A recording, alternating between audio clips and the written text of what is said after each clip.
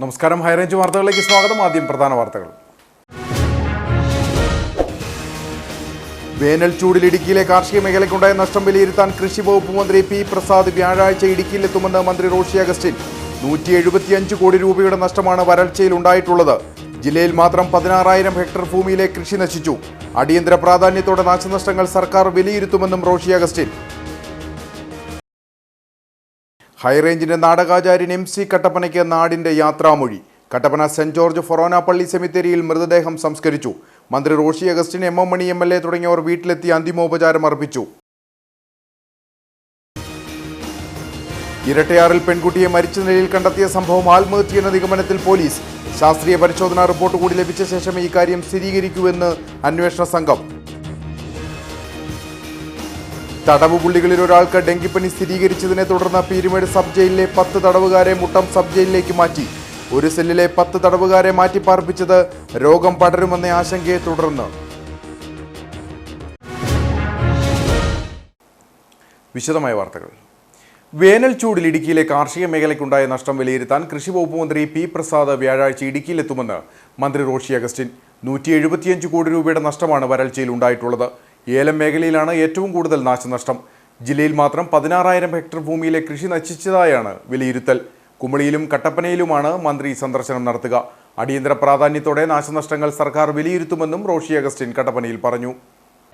ഇടുക്കിയിൽ കഴിഞ്ഞ ഫെബ്രുവരി മാസം 2-ാം തീയതി മുതൽ ഈ മെയ് മാസം 11-ാം തീയതി വരെ ഉള്ള കാര്യങ്ങൾ പരിശോധിക്കുമ്പോൾ സംസ്ഥാനത്ത് തന്നെ ഏറ്റവും കൂടുതൽ സാധാരണ കർഷകർക്കും മലയോര മേഖലയിലും വലിയ ദുരന്തമാണ് രൂപപ്പെട്ടത്. അതിൽ ഏറ്റവും കൂടുതൽ ഏലം കാർഷിക മേഖലയിലാണ് വലിയ തോതിലുള്ള നഷ്ടം സംഭവിച്ചിട്ടുള്ളത്. എന്നാൽ കാപ്പി, വാഴ, കുരുമുളക്, കരിമ്പ് ഉൾപ്പെടെയുള്ള കൃഷിയും നഷ്ടപ്പെട്ടിട്ടുണ്ട്. കൃഷി വകുപ്പ് ഗവൺമെന്റിന്റെ നിർദ്ദേശാനുസരണം ഇതുമായി ബന്ധപ്പെട്ട് കൃഷി വകുപ്പ് മന്ത്രി കൊടുത്ത നിർദ്ദേശത്തിന്റെ അടിസ്ഥാനത്തിൽ നടത്തിയ പരിശോധനയിൽ ഏകദേശം 175 കോടി രൂപയിലേറെ നഷ്ടമുള്ളതായിട്ടാണ് ഇതുവരെ കണക്കാക്കാൻ കഴിയുന്നത്. ഏതാണ്ട് 16,000-ഓളം ഹെക്ടർ ഭൂമി, അതിൽ 16,000-ഓളം ഹെക്ടർ ഭൂമിയും ഏലം ആണ് നഷ്ടപ്പെട്ടിട്ടുള്ളത്. അപ്പോൾ മലയോര മേഖലയിൽ നാമമാത്ര കർഷകർ, ചെറുകിട കർഷകർക്ക് വലിയ ബുദ്ധിമുട്ട് രൂപപ്പെട്ടു എന്നുള്ളത് കൊണ്ട് തന്നെ അടിയന്തര പ്രാധാന്യത്തോടുകൂടി ഇക്കാര്യം ഗവൺമെന്റ് വിലയിരുത്തി. ഇതിനോടകം തന്നെ ഇതിനാവശ്യമായിട്ടുള്ള നടപടികൾ സ്വീകരിച്ചു വരുന്ന പശ്ചാത്തലത്തിൽ തന്നെയാണ് ബഹുമാനപ്പെട്ട കൃഷി വകുപ്പ് മന്ത്രി നാളെ ഈ സ്ഥലം സന്ദർശിക്കുവാനും ഏലം കർഷക പ്രതിനിധികളുമായി കണ്ട് സംസാരിക്കുവാനും കുമളിയിലും കട്ടപ്പനയിലുമായി എത്തിച്ചേരുന്നത്. രാവിലെ കുമളി വെള്ളാരംകുന്ന് നിന്നെത്തി തിരിച്ച് വള്ളക്കടവിലും സുവർണഗിരിയിലും ഓരോ സ്ഥലങ്ങളിൽ ഇറങ്ങി അവിടുത്തെ കർഷകരുമായി കണ്ട് ബുദ്ധിമുട്ടുകൾ മനസ്സിലാക്കും. അതിനുശേഷം കട്ടപ്പനയിൽ ഏലം കൃഷിയുമായി ബന്ധപ്പെട്ട് സംഘടനകളും അതോടൊപ്പം കർഷകരും മന്ത്രിയുമായിട്ട് ഇക്കാര്യം സംസാരിക്കുന്നതിനുള്ള അവസരവും കൂടി രൂപപ്പെടുത്തിയിട്ടുണ്ട്. ഹൈറേഞ്ചിന്റെ നാടകാചാര്യൻ MC കട്ടപ്പനയ്ക്ക് നാടിന്റെ യാത്രാമൊഴി. കട്ടപ്പന സെന്റ് ജോർജ് ഫൊറോന പള്ളി സെമിത്തേരിയിൽ മൃതദേഹം സംസ്കരിച്ചു. മന്ത്രി റോഷി അഗസ്റ്റിൻ, MM മണി MLA തുടങ്ങിയവർ വീട്ടിലെത്തി അന്തിമോപചാരം അർപ്പിച്ചു. സംസ്കാര ചടങ്ങിൽ രാഷ്ട്രീയ, സാമൂഹിക, സാംസ്കാരിക പ്രവർത്തകർ ഉൾപ്പെടെ 100 കണക്കിന് ആളുകൾ പങ്കെടുത്തു. പുനർജനിക്കുന്ന പെരുന്തച്ചനിലെ പെരുന്തച്ചനെയും ഓടയിൽ നിന്നിലെ പപ്പുവിനെയും വാഴ്വേമായത്തിലെ സുധീന്ദ്രനെയും അരങ്ങിൽ അവിസ്മരണീയമാക്കിയ MC കട്ടപ്പന എന്ന അതുല്യ കലാകാരൻ ഇനി കലാകേരളത്തിന്റെ ചരിത്ര താളുകളിൽ മായാതെ നിൽക്കും. അടിയന്തരാവസ്ഥക്കാലത്ത് മൂവാറ്റുപുഴ സബ് ജയിലിൽ തടവിൽ കഴിയുന്ന കാലത്താണ് ഉള്ളിൽ ഒളിഞ്ഞുകിടന്ന അഭിനയ വാസന അദ്ദേഹം പുറത്തെടുത്തത്. ജയിൽവാസത്തിന്റെ വിരസത മാറ്റാൻ സഹപ്രവർത്തകർക്കും സഹതടവുകാർക്കും മുമ്പിൽ പല കഥാപാത്രങ്ങളായി പകർന്നാടി. ഇവരുടെ പ്രോത്സാഹനം 3 പതിറ്റാണ്ട് നീണ്ട നാടക സബരിയിലേക്കുള്ള പിറവി കുറിച്ചു. നടനെ ആവശ്യമുണ്ടെന്ന പത്രപരസ്യം കണ്ടാണ് 1977 ആറ്റിങ്ങൽ ദേശാഭിമാനി തിയേറ്റേഴ്സിന്റെ കൊടുങ്കാറ്റൂതിയ ഗ്രാമം എന്ന പ്രൊഫഷണൽ നാടകത്തിലെത്തുന്നത്. ഇതിലെ കഥാപാത്രത്തെ അവതരിപ്പിച്ച നാടകത്തിൽ അരങ്ങേറ്റം കുറിച്ചു. 300-ലധികം വേദികളിൽ അവതരിപ്പിച്ച പുനർജനിക്കുന്ന പെരുന്തച്ചനിലെ പെരുന്തച്ചൻ കഥാപാത്രം നിരവധി പുരസ്കാരങ്ങൾ നേടിക്കൊടുത്തു. പിന്നീട് തിരുവനന്തപുരം താസ്കിന്റെ ഓടയിൽ നിന്നിലെ പപ്പുവും വാഴ്വേമായത്തിലെ സുധീന്ദ്രനും MC-യിലൂടെ വേദികളിലെത്തി. ഇതിനിടെ സംവിധായക കുപ്പായവും അണിഞ്ഞു.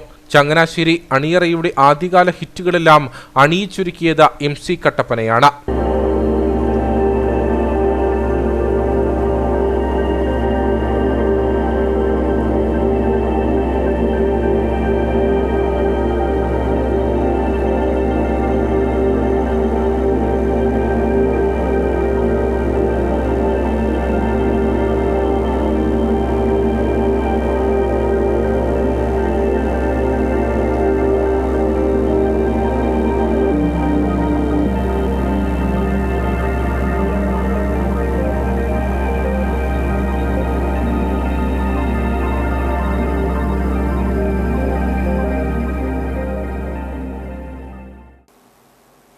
അന്തരിച്ച അഭിനയ പ്രതിഭ MC കട്ടപ്പനയ്ക്ക് ആദരാഞ്ജലി അർപ്പിച്ചുകൊണ്ടുള്ള പൗരാവലിയുടെ അനുസ്മരണ യോഗം വ്യാഴാഴ്ച വൈകിട്ട് 4 മണിക്ക് കട്ടപ്പന പ്രസ് ക്ലബ്ബ് ഹാളിൽ ചേരും. ജലവിഭവ വകുപ്പ് മന്ത്രി റോഷി അഗസ്റ്റിൻ ഉദ്ഘാടനം ചെയ്യും.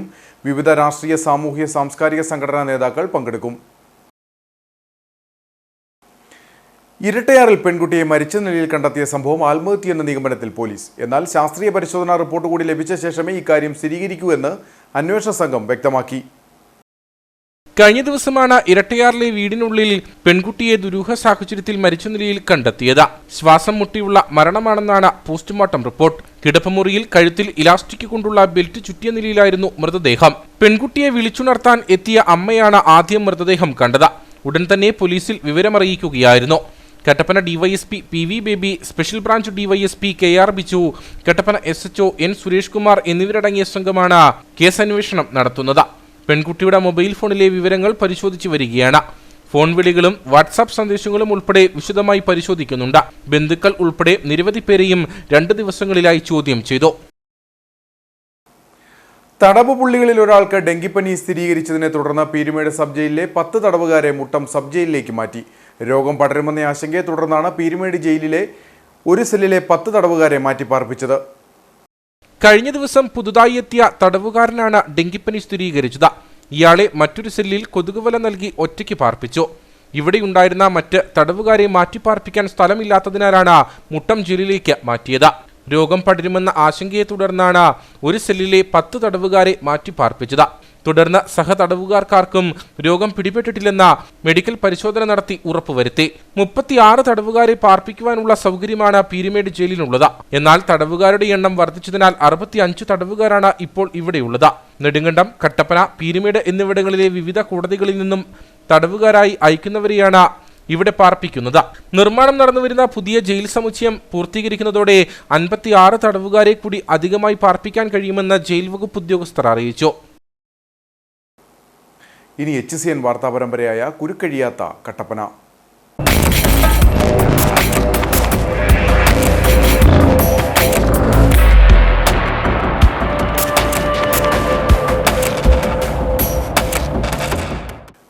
കട്ടപ്പനയെ വലയ്ക്കുന്ന ഗതാഗതക്കുരുക്കിന് പരിഹാരം കാണാൻ ബൈപ്പാസ് റോഡുകളുടെ ഉപയോഗമാണ് വേണ്ടത്. അതിനായി ആളുകളെ ബോധവൽക്കരിക്കുന്നതിന് പുറമെ ദിശാ ബോർഡുകൾ കൃത്യമായി സ്ഥാപിക്കണമെന്ന് കട്ടപ്പന സെന്റ് ജോർജ് ഫൊറോന ദേവാലയ വികാരി ഫാദർ ജോസ് മാത്യു പറപ്പള്ളിയിൽ പറഞ്ഞു. കട്ടപ്പനയുടെ ഗതാഗതക്കുരുക്കിന് പരിഹാരമായി നിരവധിയായ ബൈപ്പാസ് റോഡുകളാണ് വിവിധയിടങ്ങളിൽ ഉള്ളത്. എന്നാൽ ജനങ്ങളവ ഉപയോഗിക്കുന്നില്ല. ഇത് ഗതാഗതക്കുരുക്കിന് പുറമെ നഗരത്തിന്റെ വികസനത്തെയും പുറകോട്ട് അടിക്കുന്നു. ആളുകൾക്ക് ബൈറോഡുകൾ ഉപയോഗിക്കാൻ കൃത്യമായ ബോധവൽക്കരണം നൽകണം. കൂടാതെ ദിശാ ബോർഡുകളുടെ അഭാവം പരിഹരിക്കുകയും വേണം. ഇത്തരത്തിൽ വിവിധ പ്രവർത്തനങ്ങൾ നടത്തിയാൽ ടൗണിൽ ഉണ്ടാകുന്ന ഗതാഗതക്കുരുക്കിന് പരിഹാരമുണ്ടാകും. ഒപ്പം വിവിധ മേഖലകളിലെ വികസനത്തിന് കാരണമാകുമെന്ന് കട്ടപ്പന സെന്റ് ജോർജ് ഫെറോന വികാരി ഫാദർ ജോസ് മാത്യു പറപ്പള്ളിയിൽ പറഞ്ഞു. ഇടുക്കി ജില്ലയുടെ ഏറ്റവും പ്രധാനപ്പെട്ട ഒരു ടൗണാണല്ലോ കട്ടപ്പന. ഇടുക്കി ജില്ലയുടെ ഒരു കൊമേഴ്സ്യൽ സെൻറ്റർ എന്ന് വേണമെങ്കിൽ വിശേഷിപ്പിക്കാവുന്ന സ്ഥലമാണ് കട്ടപ്പന. ഹൈറേഞ്ചിലെ വളരെ പ്രധാനപ്പെട്ട ഒരു സ്ഥലം. ഞാനിവിടെ വന്നതിന് ശേഷം പലപ്പോഴും ഞാൻ ഓർത്തിട്ടുണ്ട് എത്രമാത്രം തിരക്കാണ് നമ്മുടെ കട്ടപ്പന അനുഭവിക്കുന്നത്. വാഹനങ്ങളുടെ ബാഹുല്യം കൊണ്ട് കട്ടപ്പന പലപ്പോഴും ശ്വാസം മുട്ടുന്നത് പോലെ തോന്നിയിട്ടുണ്ട്. അതുകൊണ്ട് തന്നെ പാർക്കിങ്ങിന് വല്ലാതെ വിഷമിക്കുന്ന ഒരു സാഹചര്യവും ഇന്ന് കട്ടപ്പനയിൽ നിത്യസംഭവമായി തീർന്നിരിക്കുക. ഇതിനൊരു ശാശ്വതമായിട്ടുള്ള പരിഹാരം കണ്ടെത്താനായിട്ട് അധികൃതർ നോക്കിക്കഴിഞ്ഞാൽ സാധിക്കുമെന്നാണ് ഞാൻ കരുതുന്നത്.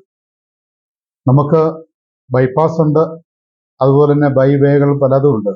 അതൊക്കെ ഒന്ന് പ്രയോജനപ്പെടുത്താനായിട്ട് കഴിഞ്ഞാൽ കട്ടപ്പന ടൗണിലെ ഈ അമിതമായിട്ടുള്ള ഈ ഗതാഗത കുരുക്ക് ഒഴിവാക്കാനായിട്ട് സാധിക്കുമെന്നാണ്.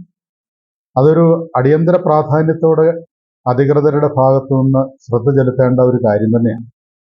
ഞാൻ പലപ്പോഴും ഓർത്തിട്ടുണ്ട്, ഈ ഏലപ്പാറ ആ ഭാഗത്തു നിന്ന് വരുന്ന വാഹനങ്ങൾ ഇടുക്കിക്ക് പോകേണ്ടതാണെങ്കിൽ IT ജംഗ്ഷനിൽ വന്നിട്ട് അവിടുന്ന് ഇടത്തോട്ട് വെള്ളയാങ്കുടി റോഡിലൂടെ അങ്ങ് പോവുകയാണെങ്കിൽ കട്ടപ്പന ടൗണിലേക്ക് വരാതെ ട്രാഫിക് കുറെ കൺട്രോൾ ചെയ്യാനായിട്ട് പറ്റും. അതുപോലെ തന്നെ പുളിയമ്മല ഭാഗത്തു നിന്ന് വരുന്ന വാഹനങ്ങൾ ടൗണിൽ പ്രവേശിക്കാതെ വേണമെങ്കിൽ നമുക്ക് ബൈപ്പാസ് വഴി വന്നിട്ട് കുമ്പളിക്ക് പോകേണ്ടതാണെങ്കിൽ വള്ളക്കടവ് വഴി അങ്ങനെ പോകാനായിട്ട് പറ്റും. അല്ലാതെ ടൗണിലേക്ക് വരാനുള്ള വാഹനങ്ങൾ പള്ളിക്കവല വഴി അതിലെ കയറി പോകാനായിട്ട് പറ്റും. അപ്പം അങ്ങനെയുള്ള ബൈപ്പാസുകളും ബൈവേകളും പ്രയോജനപ്പെടുത്തി കഴിഞ്ഞാൽ നമുക്കൊരു പരിധി വരെ കട്ടപ്പനയുടെ ഈ സെൻട്രലിലുള്ള ആ ഒരു തിരക്ക് ഒഴിവാക്കാനായിട്ട് കഴിയുമെന്ന് തന്നെയാണ് ഞാൻ. HCNന്റെ നേതൃത്വത്തിൽ ഇങ്ങനെ ഒരു പരമ്പര തന്നെ തുടങ്ങിയത് വളരെ നന്നായിരിക്കുന്നുവെന്ന് എനിക്ക് തോന്നുന്നു. കാരണം ഇത് ആൾക്കാരിലേക്ക് ഒരു അവബോധം വരുത്താനും അങ്ങനെ ഈ സാധ്യതകളെല്ലാം പ്രയോജനപ്പെടുത്താനും ഒക്കെ കഴിയും.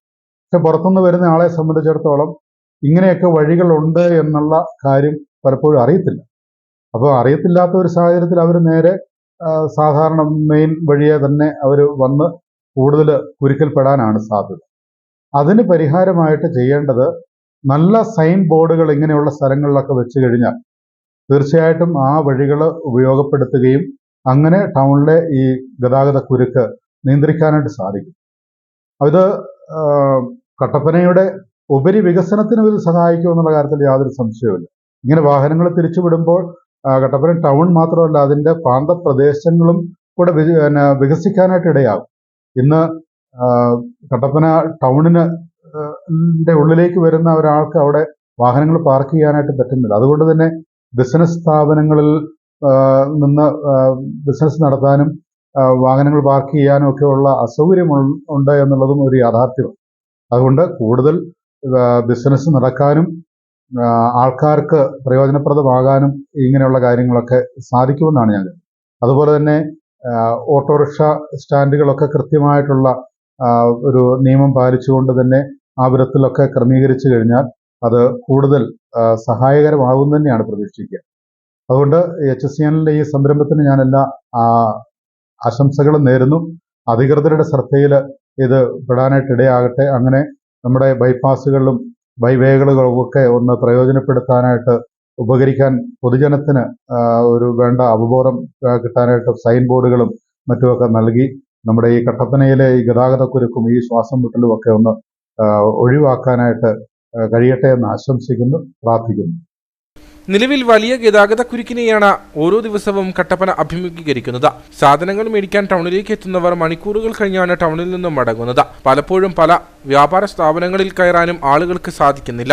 വിവിധ മേഖലകളിൽ നിന്ന് വരുന്നവർക്ക് ബൈറോഡുകളെ പറ്റിയുള്ള അറിവില്ലായ്മയും ഗതാഗത പ്രതിസന്ധിക്ക് ആക്കം കൂട്ടുകയാണ്. ഒപ്പം അനധികൃത പാർക്കിംഗ് പ്രതിസന്ധി സൃഷ്ടിക്കുന്നു. അടിയന്തരമായി ബോധവൽക്കരണവും ബോർഡുകൾ അടക്കം സ്ഥാപിക്കുന്ന പ്രവർത്തനങ്ങളും നടത്തി കട്ടപ്പന നഗരം നേരിടുന്ന പ്രതിസന്ധിക്ക് പരിഹാരം കാണണമെന്ന ആവശ്യമാണ് ഉയർന്നു വരുന്നത്.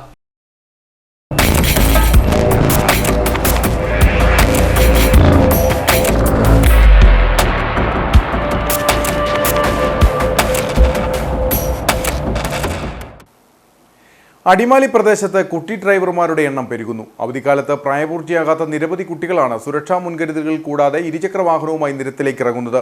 ഗുരുതരമായ നിയമലംഘനം പിടികൂടാൻ മോട്ടോർ വാഹന വകുപ്പും സജ്ജമായി കഴിഞ്ഞു. മധ്യവേനൽ അവധിക്കാലത്ത് കൊടും ചൂടുകൂടി കുറഞ്ഞതോടെ നിരത്തുകളിൽ കുട്ടി ഡ്രൈവർമാരുടെ എണ്ണത്തിൽ വൻ വർധനവാണ് ഉണ്ടായിട്ടുള്ളത്. ഹെൽമറ്റ് ധരിക്കാതെ 2 പേരിലധികം പ്രായപൂർത്തിയാകാത്ത കുട്ടികൾ അപകടമുണ്ടാകാൻ കഴിയുന്ന സാഹചര്യത്തിലാണ് പലപ്പോഴും അതിവേഗത്തിൽ വാഹനങ്ങൾക്ക് മുൻപിൽ എത്തുന്നത്. ഇതോടെ വാഹനാപകടങ്ങളുടെ എണ്ണത്തിലും വർധനവുണ്ടായിട്ടുള്ളതായി മോട്ടോർ വാഹന വകുപ്പ് ഉദ്യോഗസ്ഥർ പറയുന്നു. പലപ്പോഴും ഞങ്ങൾ ഈ കേസുകളെ കുറിച്ച് പഠിക്കുമ്പോൾ 18 വയസ്സിൽ താഴെയുള്ള കുട്ടികൾ എങ്ങനെയാണ് വാഹനം ഓടിക്കാൻ പഠിച്ചത് എന്ന് അവരുടെ പേരൻസിനോട് ചോദിക്കുമ്പോൾ അവർ തന്നെയാണ് അത് പഠിപ്പിച്ചിട്ടുള്ളത് എന്നുള്ളതാണ് ഞങ്ങളോട് പറയാനുള്ളത്. അപ്പോൾ നമ്മൾ ചിന്തിക്കേണ്ട ഒരു വസ്തുത, 18 വയസ്സിൽ താഴെയുള്ള ഒരു കുട്ടികളെ പഠിപ്പിക്കേണ്ട ഒരു വിദ്യയാണോ ഈ ഡ്രൈവിംഗ്? അവന് വേറെ എന്തൊക്കെ കാര്യങ്ങൾ അവന്റെ പ്രായത്തിന് അനുസൃതമായി പഠിക്കാനുണ്ട് എന്ന് നമ്മൾ ചിന്തിക്കണം. അയാൾക്ക് സൈക്കിൾ ചവിട്ടുന്നത് പഠിക്കാം, നീന്തൽ പഠിക്കാം, മറ്റു ധാരാളം കോഴ്സുകൾ പഠിക്കാനുണ്ട്. അവന്റെ പ്രായത്തിനും പക്വതയ്ക്കും അനുസരിച്ചിട്ടുള്ള വളരെയധികം സ്പോർട്സ് ആക്ടിവിറ്റികളുണ്ട്. ഇതൊന്നും പഠിക്കാതെ അല്ലെങ്കിൽ പഠിപ്പിക്കാതെ നിയമപരമായി തെറ്റായ ഒരു കാര്യം പഠിപ്പിക്കാൻ ഈ മാതാപിതാക്കൾ എന്തുകൊണ്ട് ശ്രമിക്കുന്നു എന്നുള്ളത് ഇന്നും ഒരു ചോദ്യമായി അവശേഷിക്കുകയാണ്.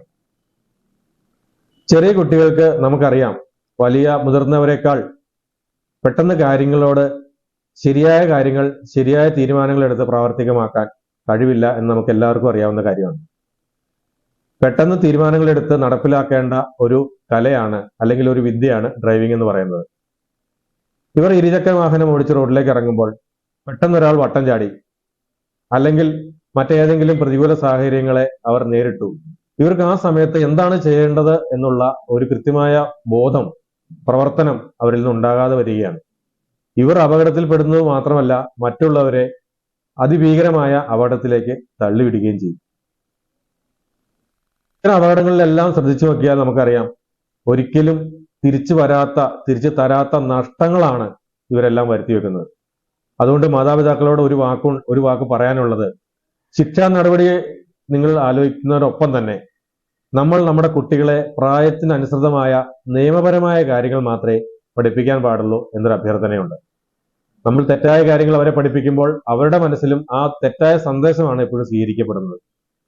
മോട്ടോർ വാഹന വകുപ്പ് കാണാതെ അല്ലെങ്കിൽ പോലീസ് കാണാതെ നീ ഒന്ന് പുറത്തു പോയിട്ട് വാ എന്ന് നമ്മൾ ഒരു മൈനറായ 18 വയസ്സിൽ താഴെയുള്ള കുട്ടിയോട് പറയുമ്പോൾ അവന്റെ മനസ്സിൽ പതിയുന്ന കാര്യം, ഒരു തെറ്റായ കാര്യം ആരും കാണാതെ ചെയ്യാമെന്നുള്ള ഒരു സന്ദേശമായിരിക്കും.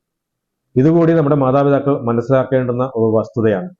അതുകൊണ്ട് ദയവ് ചെയ്ത് ചെറിയ കുട്ടികളെ ഒരു കാരണവശാലും നിങ്ങൾ ഡ്രൈവിംഗ് പഠിപ്പിക്കാതിരിക്കുക. അവർ 18 വയസ്സാകട്ടെ, 18 വയസ്സായി അവർ ലേണേഴ്സ് എടുത്ത ശേഷം യഥാവിധി നിയമവിധേന നമുക്ക് അവരെ നല്ല അറിവുള്ള നല്ല ഡ്രൈവർമാരാക്കി മാറ്റാം. പ്രായപൂർത്തിയാകാത്ത കുട്ടികളെ ഡ്രൈവിംഗ് പരിശീലിപ്പിക്കാതെ മറ്റ് കലകളോ കായിക വിനോദമോ പഠിപ്പിക്കാൻ മാതാപിതാക്കൾ പ്രോത്സാഹിപ്പിക്കുകയാണ് വേണ്ടതെന്നും തുടർ ദിവസങ്ങളിൽ ശക്തമായ പരിശോധന ഉണ്ടാകുമെന്നും അധികൃതർ അറിയിച്ചു. പ്രായപൂർത്തിയാകാത്ത പെൺകുട്ടിയെ ലൈംഗികമായി ഉപദ്രവിച്ച പ്രതിയെ മൂന്നാർ പോലീസ് അറസ്റ്റ് ചെയ്തു. മൂന്നാർ സ്വദേശിയും 68 വയസ്സുകാരനുമായ സുന്ദരമൂർത്തിയെയാണ് പോലീസ് പിടികൂടിയത്. ശാരീരിക അസ്വസ്ഥതകളെ തുടർന്ന് കുട്ടിക്ക് ചികിത്സ ലഭ്യമാക്കുന്നതിനിടയിൽ കുട്ടി വിവരം ആശുപത്രി അധികൃതരെ അറിയിക്കുകയായിരുന്നു. മൂന്നാർ സ്വദേശിയും 68 വയസ്സുകാരനുമായ സുന്ദരമൂർത്തിയെയാണ് പോലീസ് പിടികൂടിയത്. 5 വയസ്സുകാരിയായ പെൺകുട്ടിയെയാണ് പ്രതി ലൈംഗികമായി ഉപദ്രവിച്ചത്. ഇയാൾ പലതവണ പെൺകുട്ടിയെ ലൈംഗികമായി ഉപദ്രവിച്ചെന്നാണ് പോലീസ് നൽകുന്ന വിവരം. ശാരീരിക അസ്വസ്ഥതകളെ തുടർന്ന് കുട്ടിക്ക് ചികിത്സ ലഭ്യമാക്കിയതിനിടയിൽ കുട്ടി വിവരം ആശുപത്രി അധികൃതരെ അറിയിക്കുകയായിരുന്നു. തുടർന്ന് ആശുപത്രി അധികൃതർ വിവരം പോലീസിൽ അറിയിച്ചു. മൂന്നാർ CI രാജൻ കെ അരമനയുടെ നേതൃത്വത്തിലാണ് പ്രതിയെ പിടികൂടിയത്. ഇയാളെ കോടതിയിൽ ഹാജരാക്കി റിമാൻഡ് ചെയ്തു. വർഷങ്ങളായി ശോചനീയാവസ്ഥയിൽ കിടക്കുന്ന കട്ടപ്പന വെള്ളയാങ്കുടി കണ്ടങ്കരക്കാവ് അമ്പലപ്പടി സുവർണഗിരി റോഡ് നന്നാക്കാത്തതിൽ പ്രതിഷേധിച്ച് റെസിഡൻസ് അസോസിയേഷൻ നേതൃത്വത്തിൽ നഗരസഭയ്ക്ക് മുമ്പിൽ ധർണ നടത്തി. പൊതുപ്രവർത്തകനായ PJ ജോസഫ് സമരം ഉദ്ഘാടനം ചെയ്തു. എന്നാൽ സർക്കാരിൽ നിന്നും കരാറുകാർക്ക് ലഭിക്കേണ്ട തുക യഥാസമയം നൽകാത്തതാണ് നിർമ്മാണത്തിന് കാലതാമസം വരാൻ കാരണമെന്ന് അധികൃതർ അറിയിച്ചു. കട്ടപ്പന നഗരസഭയിൽ ഉൾപ്പെട്ട റോഡ് 3 വർഷമായി വലിയ ശോചനീയാവസ്ഥയാണ് നേരിടുന്നത്. നഗരസഭ 32-ാം വാർഡിൽ ഉൾപ്പെട്ട കണ്ടങ്കരക്കാവ്, നീണ്ടൂർപ്പടി, വെള്ളയാങ്കുടി, സുവർണഗിരി റോഡാണ് തകർന്നു കിടക്കുന്നത്. നിരവധി തവണ വാർഡ് കൗൺസിലർക്കും നഗരസഭയ്ക്കും പരാതി നൽകിയിട്ടും നാളിതുവരെ ഒരു നടപടിയും സ്വീകരിക്കാതെ വന്നതോടെയാണ് മേഖലയിലെ സമന്വയ റെസിഡൻസ് അസോസിയേഷന്റെ നേതൃത്വത്തിൽ പ്രദേശവാസികൾ നഗരസഭയ്ക്ക് മുമ്പിൽ സമരം നടത്തിയത്. ഞാൻ മനസ്സിലാക്കുന്നത് കഴിഞ്ഞ 2023-24 സാമ്പത്തിക വർഷത്തിൽ കട്ടപ്പന മുനിസിപ്പാലിറ്റിയിലെ റോഡുകൾക്ക് വേണ്ടി 2.5 കോടിയിൽ പരം രൂപ നീക്കി വെച്ചിട്ടുണ്ട്. അതിൽ ഇവിടെ മെമ്പർമാരിൽ നിന്ന് മനസ്സിലാക്കാൻ കഴിഞ്ഞത് 2.5 കോടി രൂപ 60% ഫണ്ട് മാത്രം ഇതുവരെ വിനിയോഗിച്ചിട്ടുള്ളൂ. 40% ഫണ്ട് ഇനിയും വിനിയോഗിക്കാൻ കിടക്കുക.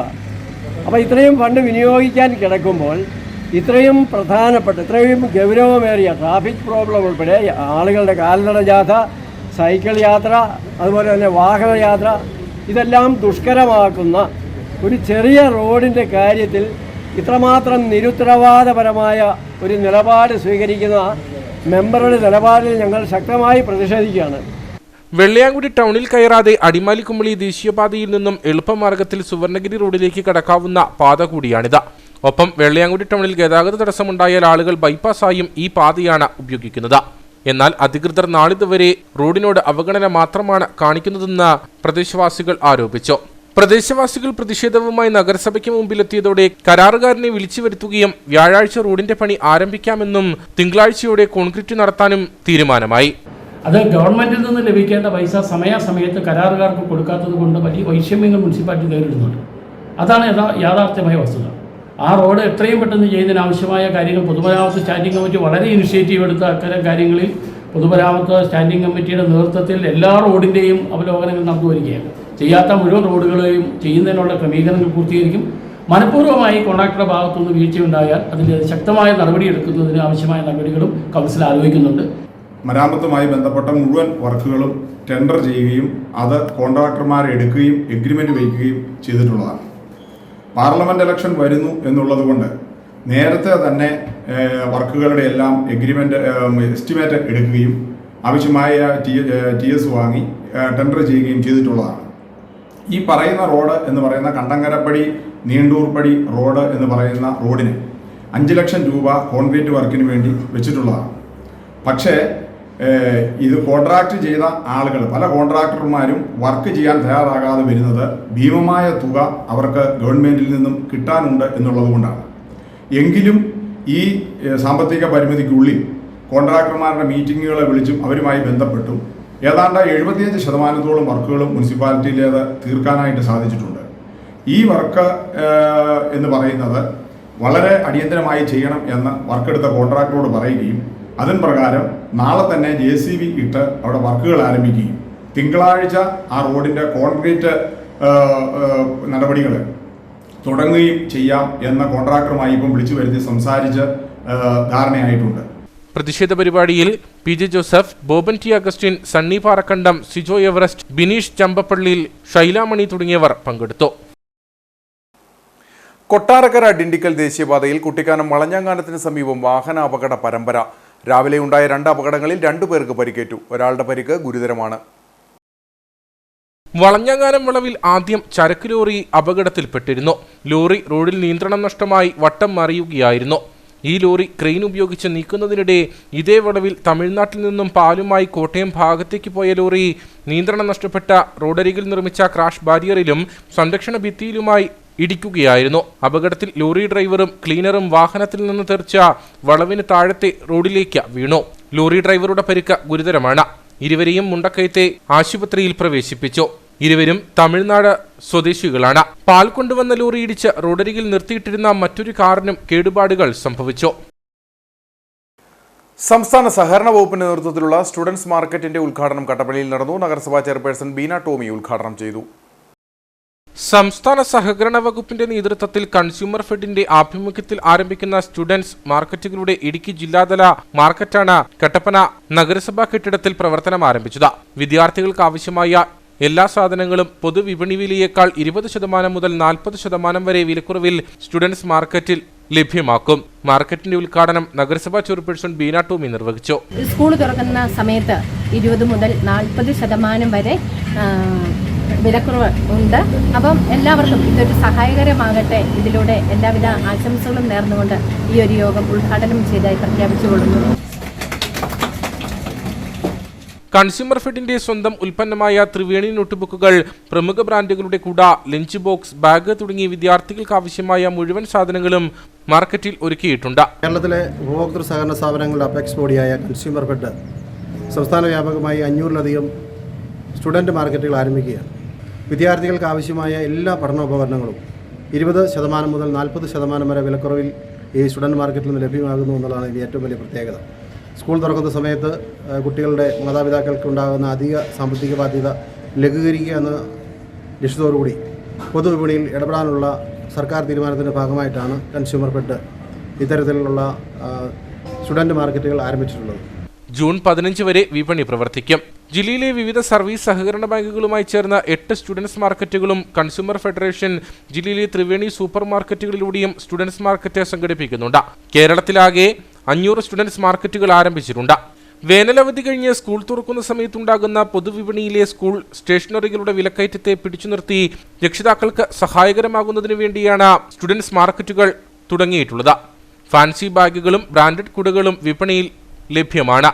കൂടാതെ കുടുംബശ്രീയുടെ ബാഗുകളും സഹകരണ ഉൽപ്പന്നമായ മാരാരിയുടെ കുടയും സജ്ജീകരിച്ചിട്ടുണ്ട്. ബ്രാൻഡ് അനുസരിച്ച് ശരാശരി 650 രൂപ മുതൽ 2500 രൂപ വരെയാണ് ബാഗുകളുടെ വില. 300 രൂപ മുതലാണ് കുടകൾ ലഭ്യമാക്കുന്നത്. ഉദ്ഘാടന ചടങ്ങിൽ Thomas Michael, K Rajesh, S Jaising, K N Manju എന്നിവർ പങ്കെടുത്തു. തപസ്യ കൾച്ചറൽ സൊസൈറ്റിയും നാട്യകലാക്ഷേത്രയും നൽകി വരുന്ന പ്രതിഭാ പുരസ്കാരം ഡോക്ടർ RLV രാമകൃഷ്ണന് മെയ് 19 ഉപ്പുതറയിൽ നടക്കുന്ന തപസ്യയുടെ 30ാം വാർഷികാഘോഷ ചടങ്ങിൽ വെച്ച് പുരസ്കാരം നൽകുമെന്ന് ഭാരവാഹികൾ കട്ടപ്പനയിൽ വാർത്താ സമ്മേളനത്തിൽ അറിയിച്ചു. സാഹിത്യകാരനും സംഗീത നാടക അക്കാദമി അംഗവുമായ മോബിൻ മോഹൻ സമ്മേളനം ഉദ്ഘാടനം ചെയ്യും. കല, സാംസ്കാരിക, സാഹിത്യ രംഗങ്ങളിൽ സർഗാത്മക സംഭാവന നൽകുന്നവർക്കാണ് തപസ്യ പ്രതിഭാ പുരസ്കാരം നൽകുന്നത്. 4 നൂറ്റാണ്ടിലേറെയായി നൃത്തകലയുടെ അരങ്ങിലും അണിയറയിലും അഭിവാജ്യ ഘടകമായ അദ്ദേഹം ശാസ്ത്രീയ നൃത്തകലയ്ക്ക് നൽകിയ സമഗ്ര സംഭാവനയും വിശേഷിച്ചും ലാസ്യ നൃത്ത കലയിൽ നടത്തിയ വിജയകരമായ പരീക്ഷണങ്ങളും അംഗീകാരവും പരിഗണിച്ചാണ് ഈ വർഷത്തെ പുരസ്കാരം ഡോക്ടർ RLV രാമകൃഷ്ണന് നൽകുന്നത്. 10,001 രൂപയും പ്രശസ്തി പത്രവും അടങ്ങുന്നതാണ് പുരസ്കാരം. ഈ വർഷം നമ്മൾ ഉപ്പുതറയിൽ വെച്ചാണ് പുരസ്കാര സമർപ്പണവും വാർഷികവും നടത്തുന്നത്. നമ്മുടെ ഈ വർഷത്തെ പുരസ്കാരം നൽകുന്നത് ഡോക്ടർ RLV രാമകൃഷ്ണനാണ്. RLV രാമകൃഷ്ണനെക്കുറിച്ച് പ്രത്യേകിച്ച് പരിചയപ്പെടുത്തേണ്ട കാര്യമില്ല. പലരും അറിയപ്പെടുന്ന കലാഭവൻ മണിയുടെ അനിയൻ എന്നുള്ള നിലയ്ക്കാണ്. പക്ഷെ ഞങ്ങളെ സംബന്ധിച്ചിടത്തോളം RLV രാമകൃഷ്ണനെ ഈ ഒരു കാര്യത്തിലേക്ക് തിരഞ്ഞെടുക്കാൻ കാരണം എന്ന് പറയുന്നത്, ഇന്ത്യയിൽ ആദ്യമായിട്ട് മോഹിനിയാട്ടം കലയിൽ ഡോക്ടറേറ്റ് എടുത്ത ആളാണ് RLV രാമകൃഷ്ണൻ.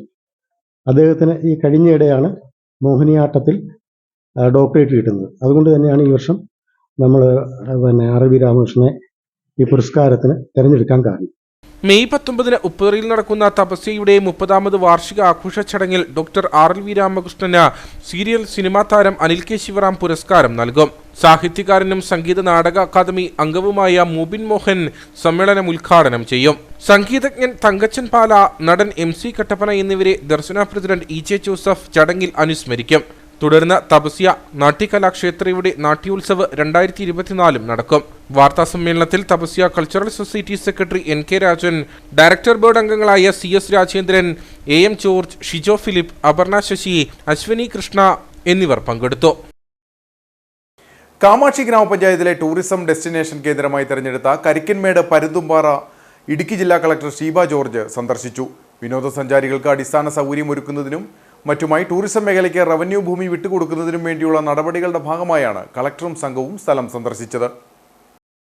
പ്രകൃതി ഭംഗിയും 360 ഡിഗ്രി ദൂരക്കാഴ്ചകളും ലഭിക്കുന്ന കാമാക്ഷി ഗ്രാമപഞ്ചായത്തിലെ കരിക്കൻമേട് ടൂറിസം കേന്ദ്രമായി മാറുകയാണ്. വിനോദസഞ്ചാരികൾക്ക് അടിസ്ഥാന സൗകര്യമൊരുക്കുന്നതിനും മറ്റുമായി ടൂറിസം മേഖലയ്ക്ക് റവന്യൂ ഭൂമി വിട്ടുകൊടുക്കുന്നതിനുള്ള നടപടികളുടെ ഭാഗമായാണ് കളക്ടറും സംഘവും സ്ഥലം സന്ദർശിച്ചത്.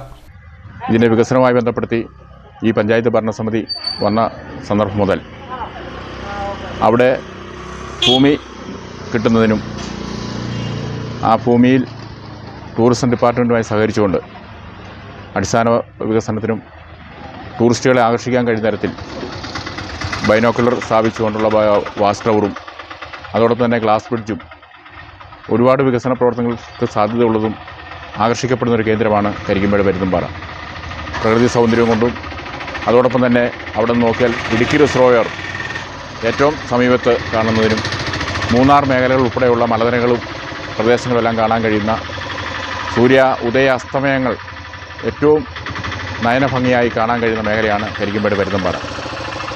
ഗ്രാമപഞ്ചായത്തിൻ്റെ അഭ്യർത്ഥന അനുസരിച്ച്, അപേക്ഷ അനുസരിച്ച് അവിടെ വികസന പ്രവർത്തനങ്ങൾക്ക് ആവശ്യമായ റവന്യൂ ഭൂമി വിട്ടു നൽകുന്നതിനാവശ്യമായി ഇടുക്കി ജില്ലാ കളക്ടർ ബഹുമാന്യായ ശ്രീമതി ഷീഫ ജോർജ് IAS ഇടുക്കി തഹസിൽദാർ ഉൾപ്പെടെയുള്ള റവന്യൂ സംഘം സ്ഥലത്ത് വരികയും സ്ഥലം സന്ദർശിക്കുകയും ഈ പ്രദേശത്തിൻ്റെ വികസനത്തിന് ആവശ്യമായ ഭൂമി വിട്ടു നൽകുന്നതിനാവശ്യമായ നടപടികൾ സ്വീകരിക്കുമെന്ന് ഉറപ്പു നൽകുകയും ചെയ്തിട്ടുള്ളതാണ്. ഈ മേഖലയിൽ എല്ലാ സ്വകാര്യ വ്യക്തികളും സംരംഭകരും സ്വാഭാവികമായ ശ്രദ്ധ തിരിച്ചാൽ അവിടെയും കുറേയേറെ കാര്യങ്ങൾ ചെയ്യാനും ടൂറിസം വികസനം സാധ്യമാകുകയും ചെയ്യുകയും. കളക്ടർക്കൊപ്പം ഇടുക്കി തഹസിൽദാർ, ഉപ്പുതോട് വില്ലേജ് ഓഫീസർ, കാമാക്ഷി ഗ്രാമപഞ്ചായത്ത് സെക്രട്ടറി, ഗ്രാമപഞ്ചായത്ത് അംഗം എന്നിവരും സംഘത്തിലുണ്ടായിരുന്നു. അയ്യപ്പൻകോവിൽ ആലടി പൂവന്തിക്കുടിയിൽ ജില്ലാ പഞ്ചായത്ത് സ്ഥാപിച്ച പൊതുകുളം ശുചീകരിക്കണമെന്ന ആവശ്യം ശക്തം. കുളത്തിൽ ചെളി നിറഞ്ഞു കിടക്കാൻ തുടങ്ങിയിട്ട് വർഷങ്ങൾ കഴിഞ്ഞതോടെ വെള്ളത്തിന്റെ നിറവും മാറിത്തുടങ്ങി. 2015-16 കാലത്താണ് പൂവന്തിക്കുടിയിൽ ജില്ലാ പഞ്ചായത്തിന്റെ കുടിവെള്ള പദ്ധതി ആരംഭിച്ചത്. 10 ലക്ഷത്തോളം രൂപ മുതൽ മുടക്കിയാണ് കുളം നിർമ്മിച്ചത്. എന്നാൽ കുളം നിർമ്മിച്ച ഇത്രയും വർഷങ്ങൾ കഴിഞ്ഞിട്ടും കുളം ശുചീകരിക്കാനോ അടിഞ്ഞുകൂടിയിരിക്കുന്ന ചെളി നീക്കം ചെയ്യാനോ അധികൃതർ തയ്യാറായില്ല. ഇതോടെയാണ് മഴക്കാലം എത്തുന്നതിന് മുമ്പ് കുളം ശുചീകരിക്കാൻ ആവശ്യമായ നടപടി സ്വീകരിക്കണമെന്ന ആവശ്യം പ്രദേശവാസികൾ മുന്നോട്ട് വയ്ക്കുന്നത്. ഒരു 10 ലക്ഷം രൂപയോളം ചെലവ് വരുത്തി ജില്ലാ പഞ്ചായത്ത് നിർമ്മിച്ച കുളമാണ്. അത് കഴിഞ്ഞ് ബ്ലോക്ക് പഞ്ചായത്തിൻ്റെ ഒരു 5 ലക്ഷം രൂപയോളം വേറെയും ഈ കുളത്തിന് വേണ്ടി നിർമ്മാണം നടത്താനും അറ്റകുറ്റപ്പണികൾ ചെയ്യാനുമായിട്ട് ഫണ്ട് വിനിയോഗിച്ചു. ഇതുവരെയായിട്ടും ഈ കുളം നിർമ്മിക്കപ്പെട്ടതല്ലാതെ ഈ കുളത്തിലെ ചെളികൾ കോരി മാറ്റാനോ ഇതുവരെയായിട്ടൊരു ഫണ്ട് കണ്ടെത്താൻ ഗവൺമെൻറ്റിന് കഴിഞ്ഞിട്ടില്ല. അത് അല്ല, ഒരു 4 വർഷം മുമ്പ് കുറേ ഫണ്ട് ഇതിനെ ഗ്രാമപഞ്ചായത്തിന് നീക്കിവെച്ചു. ആ നീക്കിവെച്ച് കഴിഞ്ഞപ്പോൾ ആ ഫണ്ട് ദുർവിനിയോഗം ചെയ്യപ്പെടുകയാണ് ചെയ്തത്.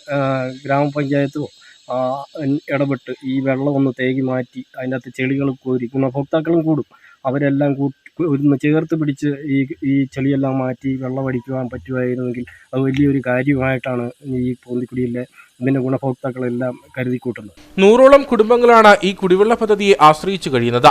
വർഷങ്ങളായി കുളം ശുചീകരിക്കാതെ കിടക്കുന്നതിനാൽ കുളത്തിൽ ചെളി അടിഞ്ഞുകൂടിയിട്ടുള്ളതായും നാട്ടുകാർ പറഞ്ഞു. ഇതിനാൽ വെള്ളത്തിന്റെ നിറം മാറിയതായും ഗുണഭോക്താക്കൾ പറയുന്നു. മുൻപുണ്ടായിരുന്ന ഭരണസമിതി 40,000 രൂപ കുളം ശുദ്ധീകരിക്കാൻ അനുവദിച്ചിരുന്നെങ്കിലും കുളത്തിലെ ചെളി തേക്കിക്കളയാൻ തയ്യാറായില്ലെന്നും നാട്ടുകാർ പരാതി പറയുന്നു. മഴക്കാലം ആരംഭിക്കുന്നതിന് മുമ്പ് തന്നെ കുളം ശുചീകരിക്കാൻ നടപടി ബന്ധപ്പെട്ട അധികൃതർ സ്വീകരിക്കണമെന്നാണ് ആവശ്യം.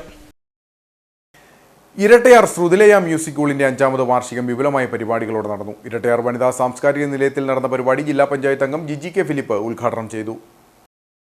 ഇരട്ടയാർ ടൗണിൽ പ്രവർത്തിച്ചു വരുന്ന ശ്രുതിലയ മ്യൂസിക് സ്കൂളിന്റെ 5ാമത് വാർഷികം ജില്ലാ പഞ്ചായത്ത് അംഗം ജിജി കെ ഫിലിപ്പ് ഉദ്ഘാടനം ചെയ്തു.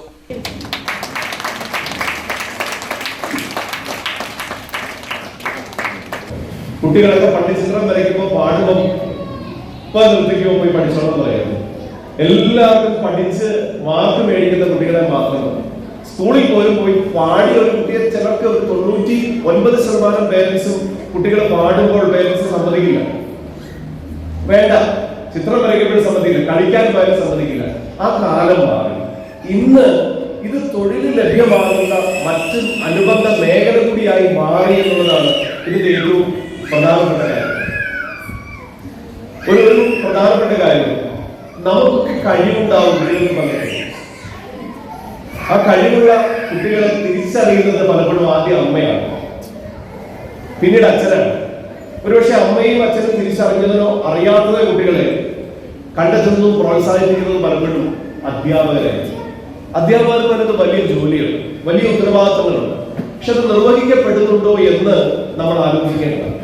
ഇപ്പൊ കുട്ടി പാടുന്ന കുട്ടി ഒരു സ്കൂളിലേക്ക് വന്ന് നമുക്കൊരു നാട്ടിലൊരു മ്യൂസിക് സ്കൂൾ ഉണ്ടാകുമ്പോൾ നമ്മുടെ കുട്ടി പാടട്ടെ എന്ന് വിചാരിച്ച് സ്കൂളിൽ കൊണ്ട് അഡ്മിഷൻ എടുക്കാൻ വളരെ എളുപ്പമാണ്. അതല്ല ഞാൻ ഉദ്ദേശിച്ചത്. ആ കുട്ടിക്ക് അതിനുള്ള ടാലന്റ് ഉണ്ടോ അത് തിരിച്ചറിയുകയും ആ കഴിവ് അതിന്റെ അത്യുന്നതങ്ങളിലേക്ക് എത്തിക്കുന്നത് വരെ അതിനെ പ്രോത്സാഹിപ്പിക്കുകയും ചെയ്യാൻ മാതാപിതാക്കൾ പിന്നിൽ നിൽക്കുന്നു. യോഗത്തിൽ വിവിധ മേഖലകളിൽ മികവ് പുലർത്തിയവരെ അനുമോദിച്ചു.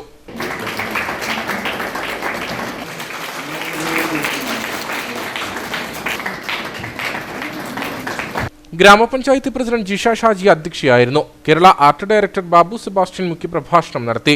മ്യൂസിക് സ്കൂളിലെ കുട്ടികൾ അവതരിപ്പിച്ച ശാസ്ത്രീയ സംഗീതം, ഉപകരണ സംഗീതം, നാടൻപാട്ട്, ഗാനമേള തുടങ്ങിയ കലാപരിപാടികളും പരിപാടിക്ക് മിഴിവേകി.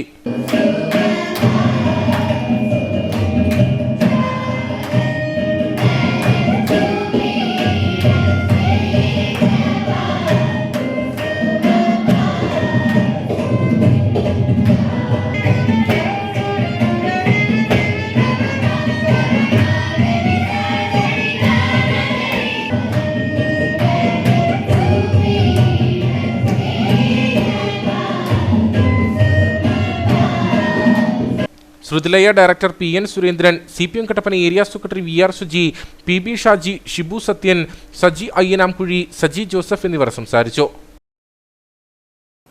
ഉപ്പുതറ മാർക്കറ്റിൽ കുടിവെള്ള പൈപ്പ് സ്ഥാപിക്കണമെന്ന ആവശ്യം ശക്തം. മാർക്കറ്റിലും ടൗണിന്റെ മറ്റു ഭാഗങ്ങളിലും പൊതുജനങ്ങൾക്കും ഉപയോഗിക്കാൻ തക്കവിധം പൊതു ടാപ്പ് സ്ഥാപിക്കണമെന്ന ആവശ്യമാണ് ശക്തമാകുന്നത്. ഉപ്പുതറ ടൗണിൽ പൊതുജനങ്ങൾക്കും വ്യാപാരികൾക്കും വെള്ളമെടുക്കുവാൻ പൊതു ടാപ്പ് വേണമെന്ന ആവശ്യം കാലങ്ങളായി ആളുകൾ മുന്നോട്ട് വയ്ക്കുന്നതാണ്. എന്നാൽ ഇതുവരെ യാതൊരു നടപടിയും ഉണ്ടായിട്ടില്ല. നിലവിൽ വില്ലേജ് ഓഫീസിന് സമീപം മാത്രമാണ് പൊതു ടാപ്പ് ഉള്ളത്. അടിയന്തരമായി മാർക്കറ്റിലും ടൗണിന്റെ മറ്റു ഭാഗങ്ങളിലും പൊതു ടാപ്പ് സ്ഥാപിക്കണമെന്നാണ് ആവശ്യമുയരുന്നത്. ടൗണ് പാലന്വേഷം മുതൽ ടൗൺ വരെ വില്ലേജ് ഓഫീസിന്റെ അവിടെ മാത്രമാണ് ഒരു പൊതു ടാപ്പ് ഉള്ളത്. നിരവധി വർഷങ്ങളായിട്ട് ഈ മാർക്കറ്റിലൂടെ വർക്ക് ചെയ്യുന്നത്. ഈ മാർക്കറ്റിൽ വരുന്ന പൊതുജനങ്ങൾക്കോ അല്ലെങ്കിൽ മാർക്കറ്റിലെ വ്യാപാരികൾക്കോ കുടിവെള്ളം എടുക്കാൻ വേണ്ടി ഒരു ടാപ്പ് പോലും ഉണ്ടാക്കില്ല. അത് ഉണ്ടാക്കിയിട്ടുമില്ല. ഇവിടെ ഈ മാർക്കറ്റിനകത്ത് അത്യാവശ്യമായിട്ട് പൊതുജനങ്ങൾ വരുന്നതാണ്. അതുപോലെ ഇവിടെ വ്യാപാരികളുണ്ട്. ഇവർക്കെല്ലാം കൂടി ഒരു പൊതു ടാപ്പ് കൂടെ അത്യാവശ്യമായിട്ട് വൃത്തിയുണ്ട്.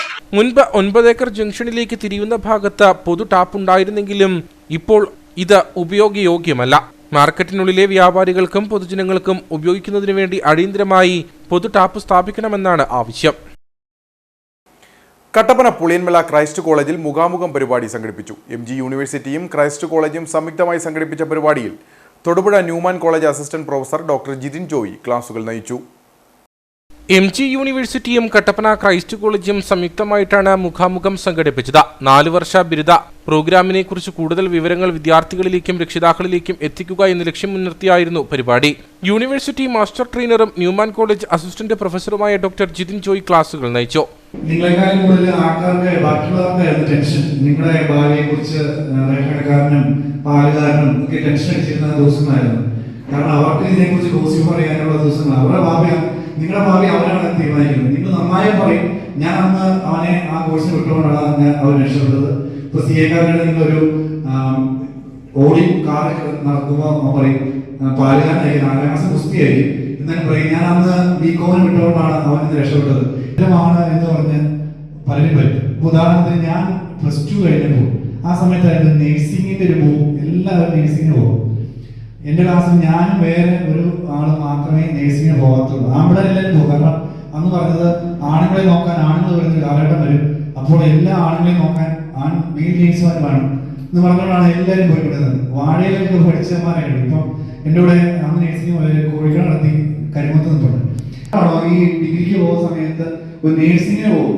അപ്പൊ അവസാനം വന്നപ്പോൾ ഈ നാട്ടിൽ മൊത്തം പറഞ്ഞ് എനിക്ക് ചെറിയൊരു ചാഞ്ചാട്ടം ഉണ്ടായിരുന്നു, എന്നാ പോയാലോ. എന്നാല് എന്തുകൊണ്ടോ ഞാൻ അതിന് പോയില്ല. BSc കെമിസ്ട്രിക്ക് പോയി. College director father Anoop Thuruthimattam CMI അധ്യക്ഷനായിരുന്നു.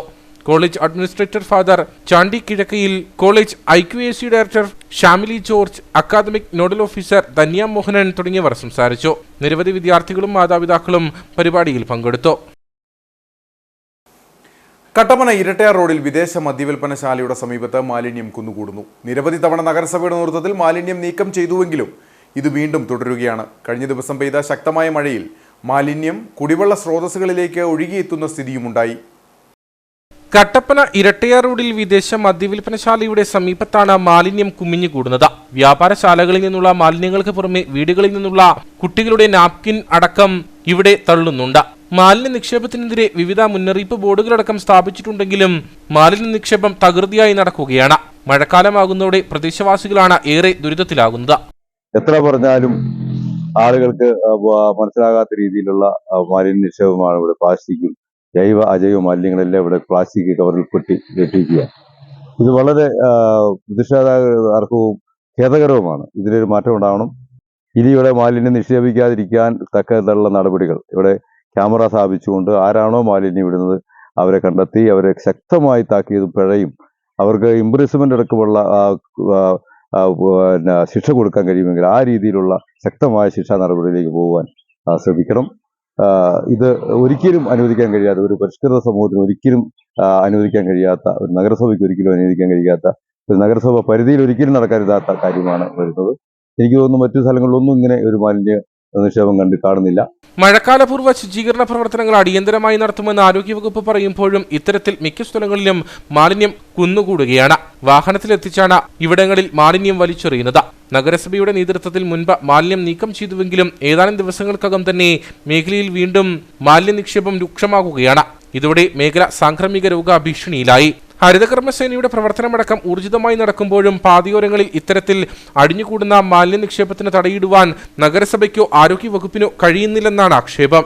അധികൃതർ അടിയന്തര ശ്രദ്ധ ചെലുത്തി മാലിന്യ നിക്ഷേപം തടയാൻ നടപടി സ്വീകരിക്കണമെന്നാണ് ആവശ്യം. മഴക്കാലപൂർവ്വ ശുചീകരണ പ്രവർത്തനങ്ങൾക്ക് വണ്ടിപ്പെരിയാർ ഗ്രാമപഞ്ചായത്തിൽ തുടക്കമായി. ഗ്രാമപഞ്ചായത്ത് പ്രസിഡന്റ് KM ഉഷ ശുചീകരണ പ്രവർത്തനങ്ങളുടെ ഉദ്ഘാടനം നിർവഹിച്ചു. മഴക്കാലം ആരംഭിക്കുന്നതോടെ സാംക്രമിക രോഗങ്ങളും പകർച്ചവ്യാധികളും ഉണ്ടാകാൻ സാധ്യതയേറെയാണ്. ഇതുകൊണ്ട് തന്നെ ആരോഗ്യവകുപ്പ് പ്രത്യേകം നൽകുന്ന നിർദ്ദേശമാണ് ഓരോ വീടുകളിലും പൊതുസ്ഥലങ്ങളിലും മാലിന്യം പൂർണ്ണമായും നീക്കി രോഗങ്ങൾ പടരുന്നത് പരമാവധി ഒഴിവാക്കണമെന്നത്.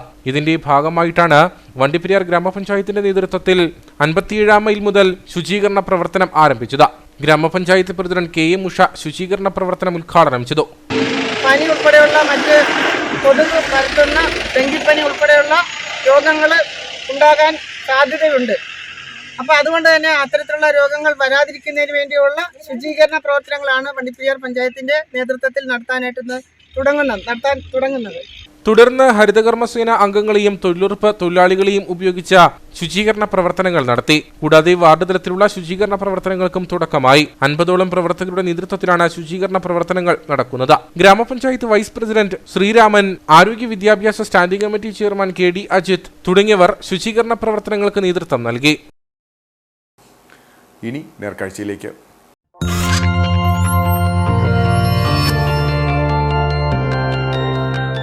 നേർക്കാഴ്ച നിങ്ങൾക്കായി അവതരിപ്പിക്കുന്നത് പ്രിയപ്പെട്ടവരുടെ സന്തോഷം പരിശുദ്ധമായ പൊന്നിലൂടെ KG's ജ്വല്ലറി, കോട്ടയം കട, സിൻസ് 1950. പഴവർഗ്ഗങ്ങളുടെ വിളനിലമാണ് കാന്തല്ലൂർ. കോടമഞ്ഞു മൂടുന്ന കാന്തല്ലൂരിലെത്തിയാൽ പഴവർഗ്ഗങ്ങൾ വിളയുന്ന ധാരാളം കൃഷിത്തോട്ടങ്ങളുമുണ്ട്. അത്തരമൊരു കൃഷിയിടമാണ് കർഷകനായ ബാബുവിൻ്റേത്. ആപ്പിളും ഓറഞ്ചും പ്ലംസും മാതളവുമെല്ലാം വിളഞ്ഞുകിടക്കുന്ന മനോഹര കാഴ്ച ബാബുവിൻ്റെ കൃഷിയിടത്തിൽ കാണാം.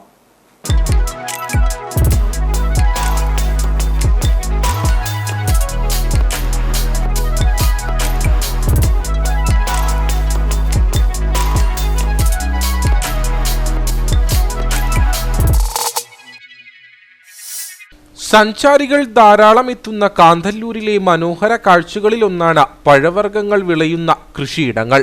പച്ചപുതച്ച കൃഷിയിടങ്ങളിൽ പഴവർഗ്ഗങ്ങൾ അങ്ങനെ മൂപ്പത്തി പാകമായി വരുന്ന കാഴ്ച സഞ്ചാരികൾക്ക് കൗതുകം നൽകുന്നതാണ്. കാന്തല്ലൂരിലെ ആപ്പിൾ കൃഷിയുടെ ഖ്യാതി വളരെ വലുതാണ്.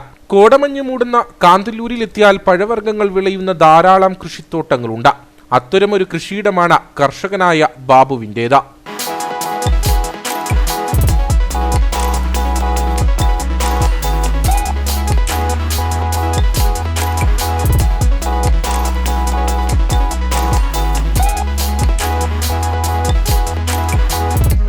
ബാബുവിന്റെ കൃഷിയിടത്തിലെത്തിയാൽ ആപ്പിളും ഓറഞ്ചും പ്ലംസും മാതളവുമെല്ലാം വിളഞ്ഞു കിടക്കുന്ന മനോഹര കാഴ്ച കാണാം. സഞ്ചാരികൾ ധാരാളമായി ഇവിടേക്ക് എത്തുന്നുവെന്ന് ബാബു പറയുന്നു. ഞാനിവിടെ വന്നിട്ട് ഏതാണ്ട് ഒരു 48 വർഷത്തോളമായി. ഇവിടെ പലതരം കൃഷികൾ ചെയ്ത് പരാജയപ്പെട്ട അവസാനം ഇങ്ങനെ ഒരു കൃഷിയിലേക്ക് തിരിഞ്ഞു. ഏതാണ്ട് കോവിഡ് കാലം മുതൽ അതിന് ശേഷം ഈ ടൂറിസ്റ്റുകളെ അകത്തേക്ക് പ്രവേശിപ്പിക്കുന്നുണ്ട്. അതിനു മുമ്പ് അകത്ത് വിടുകയില്ലായിരുന്നു. ഇവിടുത്തെ ഉൽപ്പന്നങ്ങൾ ഇവിടെ വാങ്ങാം, അപ്പോൾ തോട്ടത്തിനുള്ളിലേക്ക് വിടുകയില്ല. ഇപ്പോൾ നിശ്ചിത ഫീസ് വാങ്ങി അകത്തേക്ക് വിടുന്നുണ്ട്. ഇവിടെയുള്ള ഉൽപ്പാദിപ്പിക്കുന്ന സാധനങ്ങളെല്ലാം ഇവിടെ തന്നെയാണ് വിൽക്കുന്നത്. പിന്നെ ഗസ്റ്റുകൾ വരുന്ന അവരുടെ സൗകര്യം അനുസരിച്ച് കൂടെ ഗൈഡിനെ വിടും. അവർ പറഞ്ഞു കൊടുക്കും. കാലത്തെ മുതൽ 5 മണി വരെയാണ്, 9 മണി മുതൽ 5 മണി വരെയാണ് സമയം വെച്ചിരിക്കുന്നത്. ചിലപ്പോൾ 5:30, 5:45 വരെയൊക്കെ കാണും. കാർഷിക മേഖലയും വിനോദസഞ്ചാര മേഖലയും ഒരേപോലെ ചേർന്ന് പോകുന്നുവെന്നതാണ് കാന്തല്ലൂരിന്റെ പ്രത്യേകത. അതുകൊണ്ട് തന്നെ ബാബു തന്റെ ഫാമിന് സ്നോലൈൻ എന്ന പേര് നൽകിയിട്ടുണ്ട്. കുറച്ചു വർഷങ്ങളെ ആയിട്ടുള്ളൂ കൃഷിയിടം ഇത്തരത്തിൽ സഞ്ചാരികളെ ആകർഷിക്കുന്നൊരു ഫാമായി തീർന്നിട്ട്.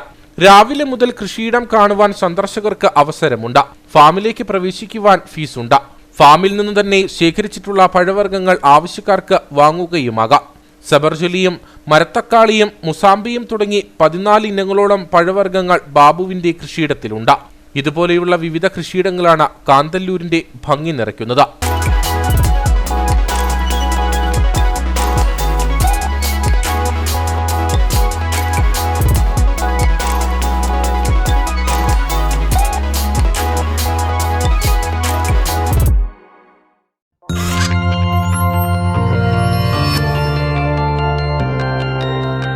നേർക്കാഴ്ച നിങ്ങൾക്കായി അവതരിപ്പിച്ചത് പ്രിയപ്പെട്ടവരുടെ സന്തോഷം പരിശുദ്ധമായ പൊന്നിലൂടെ KG's ജ്വല്ലറി, കോട്ടയം കട, സിൻസ് 1950. ഇനി കമ്പോളം.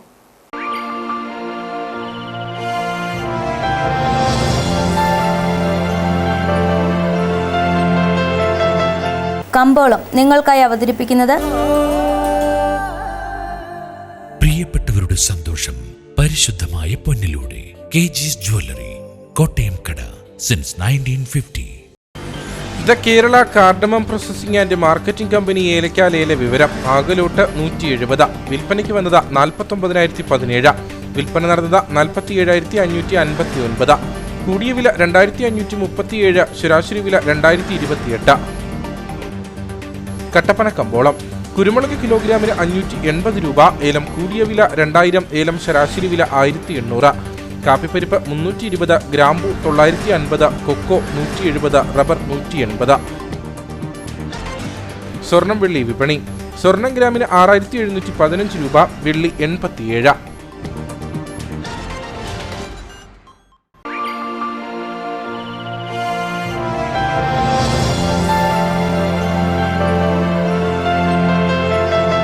കമ്പോളം നിങ്ങൾക്കായി അവതരിപ്പിച്ചത്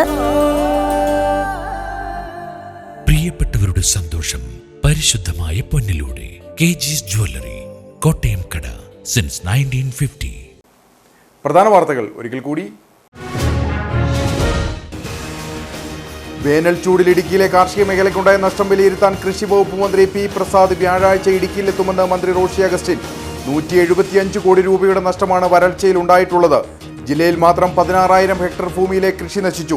അടിയന്തര പ്രാധാന്യത്തോടെ നാശനഷ്ടങ്ങൾ സർക്കാർ വിലയിരുത്തുമെന്നും റോഷി അഗസ്റ്റിൻ. ഹൈറേഞ്ചിന്റെ നാടകാചാര്യൻ MC കട്ടപ്പനയ്ക്ക് നാടിന്റെ യാത്രാമൊഴി. കട്ടപ്പന സെന്റ് ജോർജ് ഫൊറോന പള്ളി സെമിത്തേരിയിൽ മൃതദേഹം സംസ്കരിച്ചു.